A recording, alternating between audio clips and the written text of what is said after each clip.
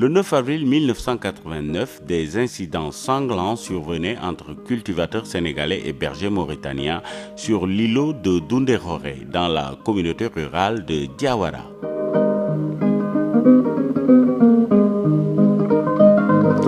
Tout était parti d'un premier incident survenu le jeudi 13 mars 1989 entre agriculteurs de Diawara, un village situé dans le département de Bakel, en territoire sénégalais, et des bergers mauritaniens.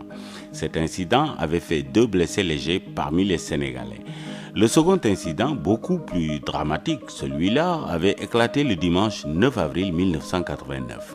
Au cours des affrontements entre agriculteurs sénégalais et bergers mauritaniens, les gardes frontières de Mauritanie avaient ouvert le feu sur nos compatriotes, faisant parmi eux 2 morts, 3 blessés et 13 otages. Comble de cynisme, les 2 morts avaient été traînés par des chameaux sur une 50aine de kilomètres entre l'îlot de Doundéroré et la ville mauritanienne de Sélibabi. Le lundi 10 avril, l'adjoint au préfet de Bakel, le commandant de la zone militaire Est, le commandant de la brigade de gendarmerie de Bakel s'étaient rendus en Mauritanie, précisément à Sélibabi. Cette démarche des responsables sénégalais avait pour but de prendre contact avec les autorités administratives de Sélibabi pour la restitution des morts et la libération des 13 otages. Un rendez-vous avait été fixé à 9h pour les premiers pourparlers. La délégation sénégalaise avait dû attendre jusqu'à 16h30 avant que celle de Mauritanie ne daignât se présenter. Au cours des discussions, la partie mauritanienne avait reconnu détenir 2 morts et 13 otages qu'elle considérait comme des détenus de droit commun. À 21h, les corps de nos 2 compatriotes tués étaient enveloppés dans des filets déposés sur la berge du fleuve avant d'être mis à la disposition des autorités sénégalaises à 23h. Et cela dans un état de putréfaction avancé puisque les morts avaient été exposés au soleil à Sélibabi.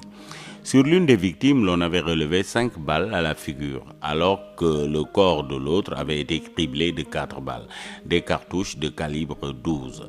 Les populations de Diawara étaient formelles. 4 gardes frontières mauritaniens étaient les auteurs de la tuerie. Le mardi 11 avril, les corps des victimes étaient remis aux autorités sénégalaises qui, compte tenu de la très vive tension qui régnait au sein de la population et de l'état de putréfaction des corps, les garderont à l'hôpital de Bakel jusqu'à 3h du matin avant de les acheminer directement au cimetière pour y être enterrés. Le même jour, les jeunes Bakelois, profondément choqués, avaient voulu en représailles saccager les boutiques des morts établies à travers la ville. La gendarmerie était alors intervenue en prenant sous sa protection les commerçants morts. Face à cette révolte des populations, les autorités mauritaniennes avaient battu en retraite et décidé de libérer nos 13 compatriotes jusque-là détenus en Mauritanie. Et même là encore, la libération prévue à 16h ne sera effective qu'à 19h. Le mercredi 12 avril, le consul de Mauritanie à Bakel intervenait auprès du préfet du département pour obtenir le rapatriement de ses compatriotes jusque-là placés sous la protection de la gendarmerie. Après les événements de Diawara et la suite tragique qu'ils avaient connue, le colonel Djibril Ould Abdellahi, membre du comité militaire de salut national, ministre de l'Intérieur, des postes et télécommunications de la République islamique de Mauritanie, avait effectué du 17 au 18 avril une visite au Sénégal. Après avoir été reçu en audience par le chef de l'État, le ministre mauritanien chargé de l'Intérieur avait eu des entretiens avec son homologue sénégalais, M. André Sonko. Un communiqué conjoint avait été fait à l'issue de leur discussion. Ce communiqué comportait essentiellement 2 points. Premièrement, le rétablissement rapide du climat de concorde et des relations de confiance qui ont toujours existé entre les populations riveraines du fleuve Sénégal dans les 2 pays. Deuxièmement, la garantie quant à la sécurité des personnes et des biens des communautés établies dans l'un ou l'autre pays.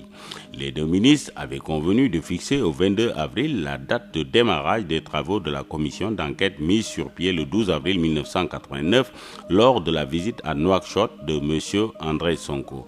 Mais malgré la volonté d'apaisement affichée de part et d'autre par les autorités, les populations avaient fait monter les enchères aussi bien du côté mauritanien que du côté sénégalais. Les premières échauffourées avaient commencé à Matam entre Maure et Alpulaar les 19 et 20 avril dans les quartiers de Siwé et Djamel. Il y avait eu 1 mort dans chaque camp.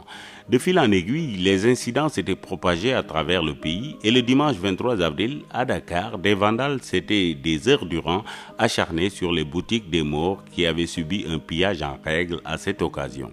Et la fièvre était montée lorsque des nouvelles provenant de Mauritanie avaient fait état de meurtres, de viols et de castrations de Sénégalais établis dans ce pays. N'eût été l'intervention des forces de l'ordre, les pillages et massacres auraient connu une plus grande ampleur. Devant cette situation, les autorités avaient décidé d'établir à partir du 1er mai un pont aérien entre Dakar et Nouakchott qui avait permis de rapatrier 9000 de nos compatriotes.